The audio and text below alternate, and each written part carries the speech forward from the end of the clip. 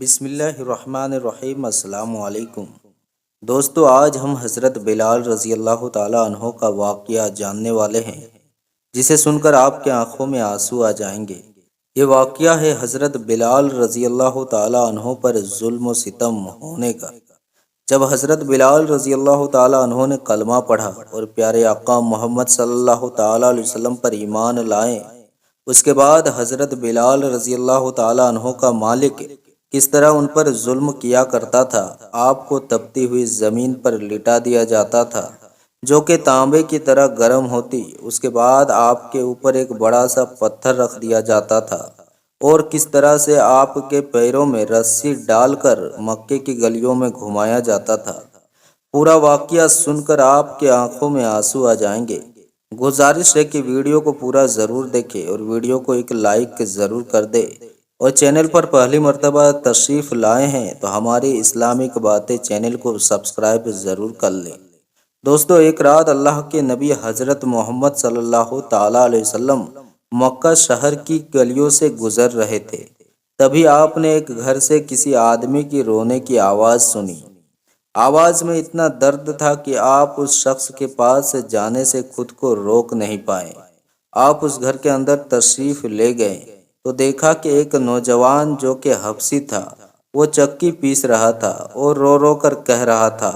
یہ دیکھ کر آپ صلی اللہ تعالیٰ علیہ وسلم نے اس کو رونے کی وجہ پوچھی تو اس نے بتایا کہ میں ایک غلام ہوں، سارا دن اپنے مالک کی بکریوں کو چراتا ہوں، اور شام کو تھک ہار کر جب میں گھر آتا ہوں تو میرا مالک مجھے ایک گیہوں کی بوری پیسنے کے لیے دے دیتا ہے، جس کو پیسنے میں مجھے پوری رات گزر جاتی ہے۔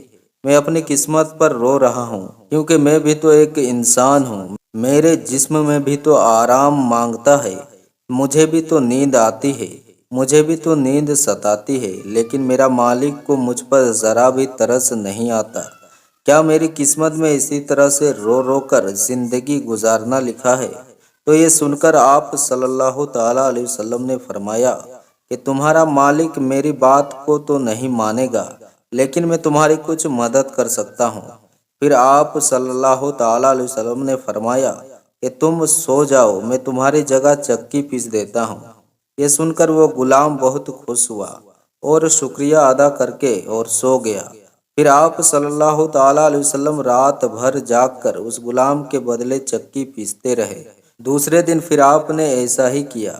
اسی طرح سے آپ نے کچھ دنوں تک اس غلام کی جگہ خود چکی پیستے رہے، رات بھر چکی پیستے اور صبح آپ اپنے گھر کو چلے جاتے۔ اس کے بعد ایک رات جب آپ اس غلام کے پاس پہنچے تو غلام نے پوچھا کہ آپ کون ہو اور میرا آپ اتنا خیال کیوں رکھتے ہو؟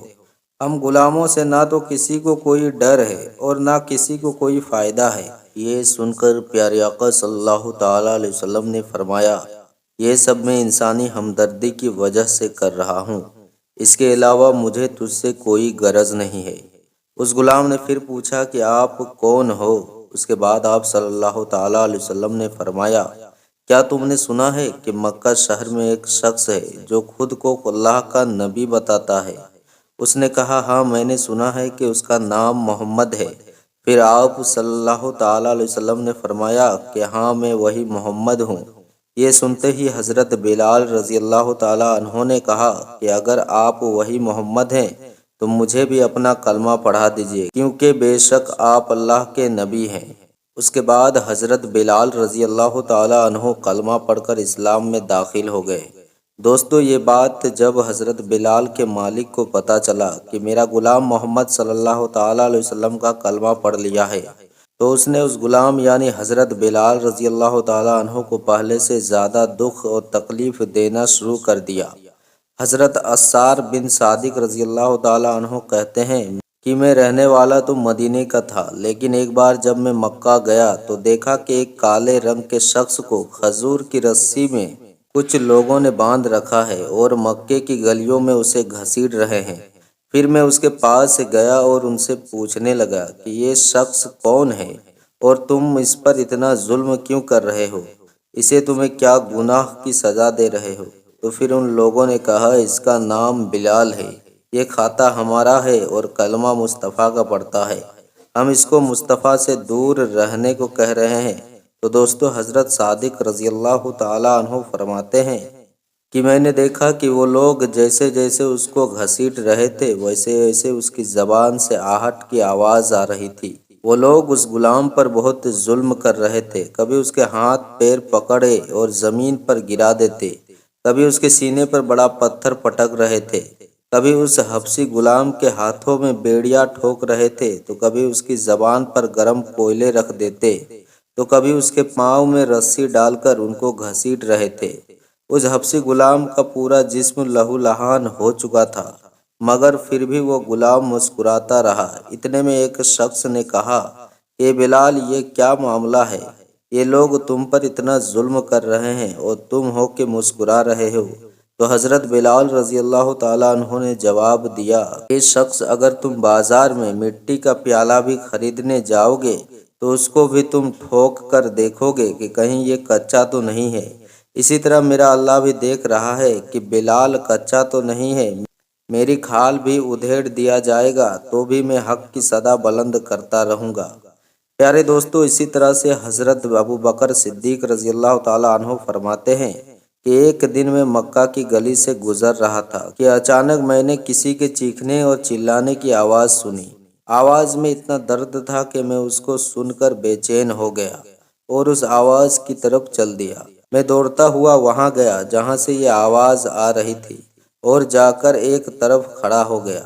پھر میں نے دیکھا کہ ایک کالے رنگ کے آدمی کو 5 لوگ مل کر بڑی بے رحمی سے مار رہے ہیں۔ 4 لوگوں نے اس کے ہاتھ اور پیر کو پکڑ رکھے ہیں اور اس کو اٹھاتے ہیں اور پھر زمین پر گرا دیتے ہیں، پھر اٹھاتے ہیں اور پھر زمین پر گرا دیتے ہیں، اور وہ 5واں اپنے ہاتھ میں بڑا سا پتھر لیے ہوئے کھڑا ہے۔ جیسے ہی وہ 4 لوگ اس کو زمین پر پٹکتے ہیں تو وہ 5واں شخص اس پر بڑا پتھر گرا دیتا ہے۔ حضرت ابو بکر صدیق رضی اللہ تعالیٰ عنہ فرماتے ہیں کہ یہ منظر دیکھ کر میری آنکھوں میں آنسو آ گئے۔ میں ان کے پاس گیا، میں نے دیکھا کہ وہ غلام پوری طرح لہو لہان تھا، اس کا پورا جسم لہو سے تر بتر تھا، لیکن پھر بھی وہ حق کی صدا لگا رہا تھا۔ میں نے ان سے کہا کہ اے لوگ، رکو، تم کیوں اس غریب کو مار رہے ہو؟ ان لوگوں نے کہا کہ ہم اسے ماریں گے اور بہت ماریں گے، کیونکہ یہ کھاتا ہمارا ہے اور کلمہ مصطفیٰ کا پڑھتا ہے۔ حضرت ابو بکر صدیق رضی اللہ تعالیٰ عنہ نے کہا کہ چھوڑ دو، اسے مجھے بیچ دو۔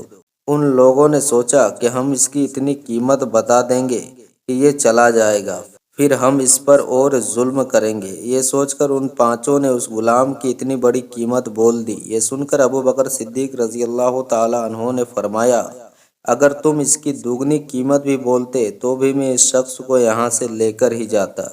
یہ سن کر ان لوگوں نے کہا کہ آخر ایسا کیا ہے اس کالے رنگ کے غلام میں جو تم اتنی زیادہ قیمت پر خرید رہے ہو؟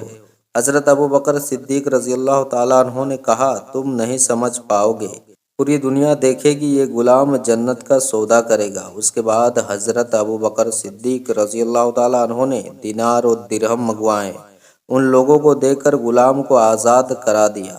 حضرت بلال لہو لہان زمین پر لیٹے ہوئے ہیں اور کہنے لگے، اے ابو بکر، آج تم نے مجھ پر احسان کیا ہے مجھے آزاد کرا کر، اب ایک اور احسان مجھ پر کر دو، مجھے پیارے آقا محمد صلی اللہ تعالیٰ علیہ وسلم کے پاس پہنچا دو۔ تو دوستو، پوری دنیا نے دیکھا کہ کس طرح حضرت بلال رضی اللہ تعالیٰ عنہ نے ظلم سہن کیے اور کس طرح سے مصیبتیں برداشت کیے، لیکن نبی کریم صلی اللہ تعالیٰ علیہ وسلم کا ساتھ کبھی نہ چھوڑا۔ آج بڑے بڑے بادشاہ بھی اس غلام پر فخر کرتے ہیں، اس غلام کا صدقہ مانگتے ہیں، اس غلام جیسی غلامی مانگتے ہیں۔ حضرت بلال کو اپنی جان قربان کروانا گوارا تھا، لیکن نبی کریم صلی اللہ تعالیٰ علیہ وسلم کا ساتھ چھوڑنا گوارا نہیں تھا۔ آج پوری دنیا اس غلام کو بلال حبشی رضی اللہ تعالیٰ عنہ کے نام سے جانتی ہے۔ نبی کریم صلی اللہ تعالیٰ علیہ وسلم کی محبت نے ایک غلام کو وہ مقام عطا کیا جس کے سامنے دنیا کے بڑے بڑے بادشاہ بھی چھوٹے ہو گئے۔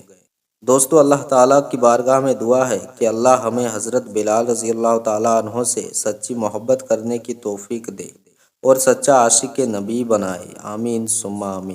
دوستو، یہ ویڈیو اگر آپ کو اچھی لگی ہے تو دوستوں میں شیئر ضرور کیجیے گا، ویڈیو کو لائک ضرور کر دیجیے گا۔